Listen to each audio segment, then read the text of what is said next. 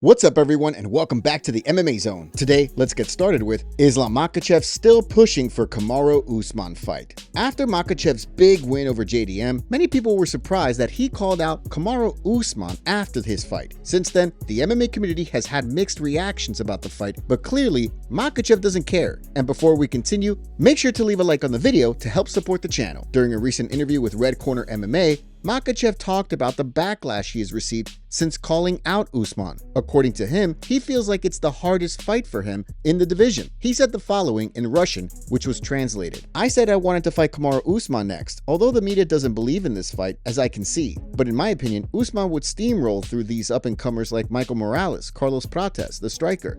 Those guys haven't been checked yet. I think Usman would be the hardest fight for me, and in terms of media, we could build it up like former champion, the most title defenses in my weight division. We could promote this fight and make it fun to watch. Then Makhachev went on to say that Joaquin Buckley was considered a title contender until Usman made it look easy, but later went on to say he'll accept whoever the UFC gives him. Buckley was one of the contenders. Usman simply took him apart, and everybody has already forgotten about this guy. But if Buckley won, he would have been 100% contender number one. There's a lot of options for me. My division is really lively now, so there are options. We'll see. Actually, I don't care. The UFC will probably offer me someone soon, and I told them that I didn't care because I feel that I'm going to stay in this division for a long time, holding my belt and feeling comfortable. Currently, Usman is ranked number 8 in the welterweight division, and the argument people make is that he has only fought 3 times since 2023. People feel as though he doesn't deserve it because of his inactivity. Would you be interested in seeing Usman versus Makhachev? Talking about this fight, Carlos Prates was interviewed by MMA Fighting yesterday, and he revealed talks of Usman versus Makhachev are true. Carlos Prates: I believe that if Kamaru Usman fights for the belt, I'll need another fight. If it's not Kamaru, I think it will be me. Interviewer: you think only he can cut the line? Prates: I think so. From what I'm hearing, yes. Man, there's a lot involved. There's what Makhachev wants. They have the same management. Usman is already one of the greatest of all time in the division. For me, the greatest. So whatever happens, it's fine. I believe if I don't get the title fight next, I'll get one more fight, then go. And speaking of title shots, Makhachev talked about the lightweight situation and sort of took a shot at the UFC matchmakers. So let's move on to Islam Makhachev and Justin Gaethje defend Arman Tsarukyan. After Dana White announced that Justin Gaethje versus Paddy Pimblett at UFC 324 would be an interim title fight and the winner would go on to face the champion Ilia Topuria, the MMA community was shocked considering the UFC snubbed Arman Tsarukyan. Now, over 2 weeks since that news was dropped, people are still in shock that Arman's being put on the back burner and has to wait it out. One of those people is the division's former champion, Islam Makhachev. During his interview with Red Corner MMA, Islam said he was confused with what the matchmakers are doing. With Paddy versus Justin happening, then the title fight later in the year, whenever Ilia decides to come back, this could mean Arman could sit out for a year. Again, this is what Makhachev had to say. The organization may not like it, but they make more and more fights that I don't understand. Of course, I think Arman should have gotten the title shot. Let's be honest, Arman is not going to fight anytime soon. It's Pimblett versus Gaethje. Whoever wins, he gets a shot at Topuria, meaning one more year of layoff for Arman. It's tough. Although I've had the same period in my career, I had 10 fights before getting the title shot. I mean, a 10-fight winning streak. So Arman should probably wait a bit and be patient. Even Justin Gaethje himself says that he feels bad for Arman, knowing that the UFC is a tough business. In a recent interview with Submission Radio, Gaethje said he has sympathy for Arman. Here's what he had to say. But obviously, Arman's the one. If you're an Arman fan, you obviously feel slighted, and I understand that. But this is such a crazy game, and timing is everything. I beat Dustin Poirier, and then he ended up fighting for a belt after that. This is just a crazy game. And, if you sign up for this game, you have to understand that there's so many variables that you do not control. And ultimately, you just have to be ready for each one of these nights when they show up. Gaethje and Makhachev weren't the only people to stick up for Arman. In a recent YouTube video on Daniel Cormier's channel, he also said that he believes Arman should be fighting for some form of lightweight title. DC also noted that Arman served as the backup fighter for UFC 317 when Ilia Topuria fought Charles Oliveira, so that should have gotten him back in good graces with the organization. Here's what DC had to say. I get it, but I weighing in as the backup fighter, fighting Dan Hooker, those are all steps towards regaining that confidence in the organization to get him a title fight. I still believe that Arman Tsarukyan should be fighting for some version of the UFC lightweight championship. A lot of people believe he's the best lightweight in the world at Islam's gone. I'm not saying I'm one of them, but there are a number of people that believe that. He deserves a title fight. His style is a nightmare for every guy that's right now hanging around the belt. For now, while Arman is sidelined by the UFC, he's picking up side quests, and it was announced that he'll be in a grappling match against Shara Bullet on December 30th at Hype FC. The only way for them to be crowned winner is to win by submission. There are no decisions here. With Arman's grappling at such a high level, it'll be interesting to see how Shara Magomedov does against Tsarukyan's skill, and how Tsarukyan will do against Shara's size. Shara is the much bigger man, standing at 6'1" and weighing 185 pounds, while Arman stands at 5'7" and weighs around 155 pounds. Who do you think wins this grappling match? Tell us your pick in the comments below.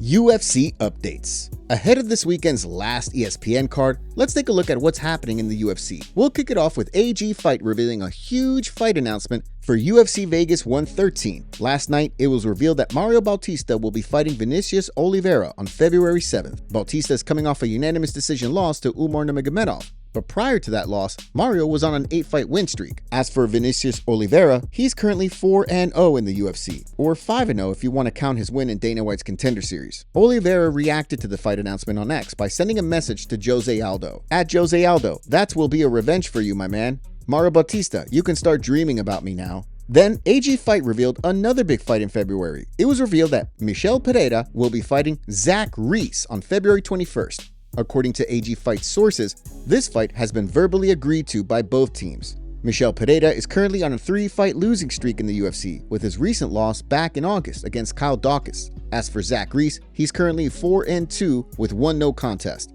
And lastly, we have Tatsuro Taira revealing that the UFC will be headed back to Japan sometime in April or May 2026. During an episode of Ariel Helwani's show on YouTube, Taira was a guest. During the show, he said he heard news about UFC Japan. Yeah, I did hear some words like April, May. I don't know if I'm allowed to say this. Okay. Hopefully it happens. That would be good, yes. If this turns out to be true, it'll be nearly 8 years since the UFC was in Japan. The last event that was held there was a Fight Night card, which was headlined by Oven St. Preux and Yushin Okami. Do you think the UFC will book Tatsuro Taira versus Joshua Van for UFC Japan while Alexandre Pantoja recovers from his injuries? Would you be interested in seeing that fight? UFC Fight accidentally leaked on Livestream. Gilbert Burns was featured on Neon's livestream on Kick when he leaked his next fight coming up in February or March 2026 next year. While Burns was putting gloves on Neon, he said he's fighting a Canadian dude named Mike Mallet next year, probably not knowing that Neon was already on live. Here's the clip. When's your next fight coming up? I would have never let that January, February or March. All right, grab some water. I'm gonna give you guys You know who 2 you're fighting minutes. with or no? Then we start from the feet. Canadian dude called Mike Malott. Oh, I know him. I would have sent all your students. Okay. This is your February or March. Cool. Who do you think will win this matchup, Gilbert Burns or Mike Mallet? Let us know your pick in the comments below. Francis Ngannou receives major backlash over comments. The MMA community isn't happy with Francis Ngannou after he went on the Ariel Helwani show and revealed that his PFL contract is going to be over mid-2026, before the UFC White House card. He also said that he wants the John Jones fight after his PFL contract is over. This is interesting because the relationship between Francis and Dana White doesn't seem to be on good terms, with Dana claiming that Francis put his hands on both himself and Hunter Campbell in the past. On top of that, Dana also called Francis a bad person, so the chances of Francis coming back to the UFC are really slim. But regardless of that, he said that his relationship with almost everybody at the UFC is good, including Hunter. Here's the clip. I'm getting very close with on the PFL contract, so they have to give me a fight. Okay, when you say close, what do you mean by that? Close to the end? Yep, Okay, when is that? soon. You talked about wanting to fight John Jones at the White House. Yeah, I mean, yes, if that could have happened. Right. Would your PFL contract end before that event happens so that it would work out to where you could explore that? Yes. Oh my dear. Because I think you had a good relationship with Hunter and some of the other people there, right? Pretty much with everybody. Right. Yes. Okay.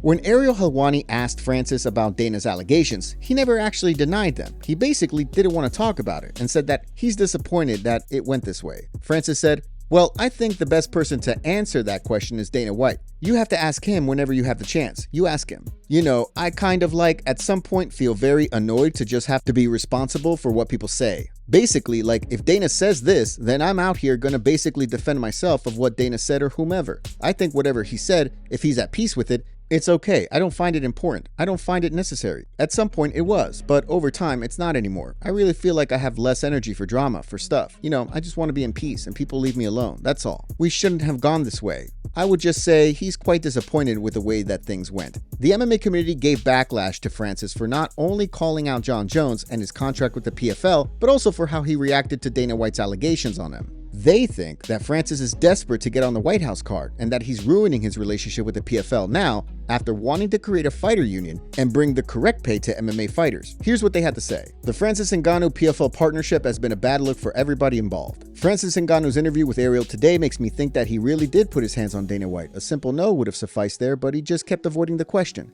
Not gonna lie, Ngannou is cooked. PFL is basically done with him. He's fought once and vanished. Boxing's off the table after he talked wild following the AJ loss, and the UFC, they've never taken him back. He burned every bridge he had. You can't possibly think UFC will ever want him back, LMAO. Guy did literally one fight for PFL because he was too preoccupied with boxing until he got shadow realmed. Ariel gave Francis Ngannou every chance to deny Dana White's allegations, and he chose not to. Interesting. At least Jake Paul is helping the PFL fighters make more money. I thought Francis Ngannou was forming a union for fighters or something like that, but apparently he's looking to finish out his contract with the organization. Yep, dude for sure put his hands on Dana and Hunter. He still doesn't realize that while he made money, cool, he's literally unhireable. PFL later can't give him another fight. They'll go bankrupt. He pissed off the only other org that's dumb enough to put him in a fight. Bro, Ngannou's contract runs out in the next 6 months. Francis has been signed by them for years and only had one fight in PFL, and that was on a flop pay-per-view. PFL really shot themselves in the foot there, huh? Also, there's about zero chance the UFC resigns him. I'm happy media personnel are seeing Ngannou for who he truly is. Dana was right about him, he's no saint. His former coach Lopez was also right about him. Ngannou is only loyal to himself. PFL are finding out the hard way now. Sheesh, tough look for Francis Ngannou today on Ariel's show. He probably should have sat that one out. Remember when Francis Ngannou was supposed to be taking a stand for better treatment of fighters? He's begging to fight with the evil UFC now that he sees a big money opportunity to benefit him and him alone. What a fake. What's also interesting is that Dana will be going on an interview today with Oscar Willis, and Oscar tweeted saying he wouldn't be expecting Francis to return to the UFC. He said this, "Caught up with Dana White today. It's out tomorrow, but I wouldn't expect Francis to return to the UFC." Let me be clear on something too. When I say the physicality, it's not like Francis Ngannou came in here and like threatened us. You know, we're in there and he's telling me that I deserve the 50,000. I want the 50,000. I said, you're not getting it. So I started to walk out and he put his hand on my chest. He says, we're not done talking yet. And I said, oh, we're done talking. Mm-hmm. You know, it's not like, you know, Francis Ngannou came in here and was like physically, but that's what went down. Mm-hmm. And, you know, my whole thing with Francis is I have this philosophy where when somebody shows you who they really are, believe them. Mm-hmm. And there was nobody more into Francis than me. When I met this guy, I was like, holy you are what a heavyweight champion looks like, all this and I was all in on Francis. And then we were in Boston and he showed me who he was. Yeah. So I told the boys, you know, he lost a couple and I said, I don't want to be in business with this guy. And here we are. So safe to say, no interest in bringing him back. Just, you know? I don't know how I can make it any more clear. There was nothing that made me happier than throwing that guy over to the PFL. Let me tell you what, if we let guys go, feel bad for the company that gets them. We let them go for a reason.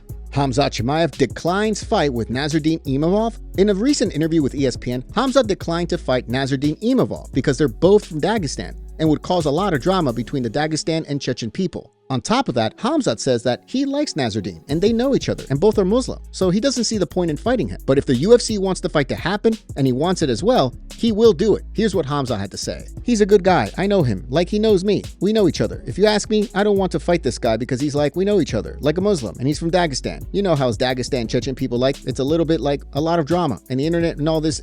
So that's what I don't like about it. But if the UFC wants it, I'm never going to say no. If the guy wants it, I tell his manager as well. I will be open. If he says he can wait until I move up, I'll be waiting. I'm not going to say no. I want to fight this guy. For me, it doesn't matter. If Nassourdine wants the fight, who do you think will win? Let us know your picks in the comments below. And that'll wrap up our video today. Make sure to subscribe and turn on notifications to never miss a video. We'll see you all tomorrow.